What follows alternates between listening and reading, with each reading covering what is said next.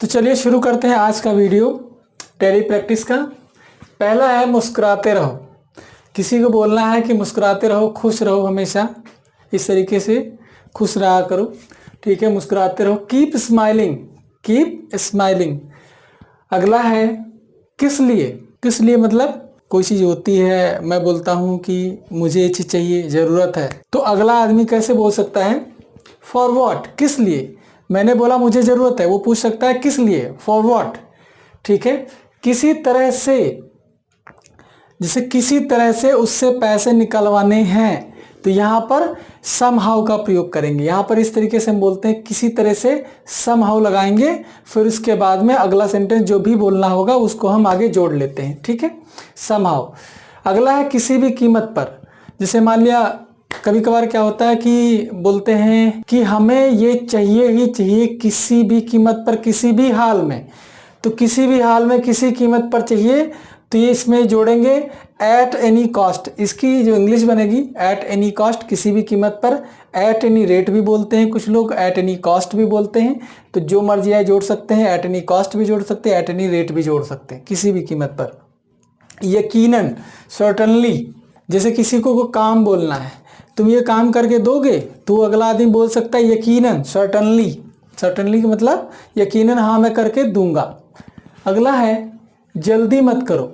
जैसे मान लिया कहीं जाना है, एकदम से ये उठाया वो उठाया और जल्दबाजी में सब तोड़ फोड़ कर दी, टूट गया, कुछ भी सामान नष्ट हो रहा है, इस तरीके से जल्दबाजी, बहुत ज़्यादा जल्दबाजी नहीं करनी है। तो वहाँ पर अगर इस तरीके से बोलना है तो बोलना है कि डोंट रश, भागा दौड़ी मत करो, ज़्यादा तेज भागा दौड़ी मत करो, आराम से काम करो। डोंट रश, जिद मत करो। किसी चीज़ के लिए जब जिद करने लगते हैं, कोई भी जिद करने लगे कि नहीं मुझे यही चाहिए, मुझे यही चाहिए, तो वहाँ पर अगर किसी को जिद करने के लिए रोकना है तो जिद करने की होती है इंसिस्ट, और इसके लिए हमें अगर ये बोलना है कि जिद मत करो तो यहाँ पर बोलेंगे डोंट इंसिस्ट। बच्चों को अक्सर करके बोला जाता है डोंट इंसिस्ट, इतना नहीं, नॉट दैट मच, इतना नहीं, हमें थोड़े की ज़रूरत है, नॉट दैट मच। आखिरकार, एवेंचुअली, फाइनली भी लगाते हैं, इवेंचुअली भी लगाते हैं, लेकिन डिपेंड करता है हमारा किस तरीके का सेंटेंस है और हम किस जगह पे इसको यूज़ करते हैं। तो आखिरकार की हमें फाइनली भी एक इंग्लिश पता होनी चाहिए, और यहाँ पर एक और भी इंग्लिश होती है अल्टीमेटली।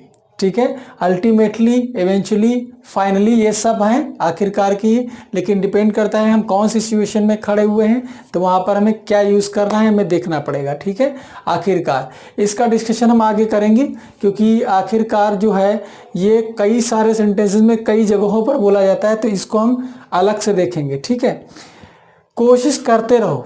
किसी को बोलना है कि लगे रहो, जैसे बोलते नहीं लगे रहो हो जाएगा। कोई एग्ज़ाम पास नहीं कर पा रहा, मान लिया कोई प्रिपरेशन कर रहा है किसी कंपटीशन की, तो वहाँ पर अगर निकल नहीं रहा है तो बोलते हैं कोशिश करते रहो, ट्राई करते रहो, हो जाएगा। तो कीप ट्राइंग मतलब कोशिश करते रहो, हो जाएगा। मुझे बोलने दो, सामने वाला एकदम से लगा पड़ा है और आपको बोलने का मौका नहीं दे रहा, तो वहाँ पर उसको बोलने के लिए, अपने आप को बोलने के लिए हम उसे बोल सकते हैं लेट मी स्पीक। ठीक है, अब मुझे बोलने दो, let me speak now, let me speak now. ठीक है, अब मुझे बोलने दो या मुझे बोलने दो, लेट मी स्पीक।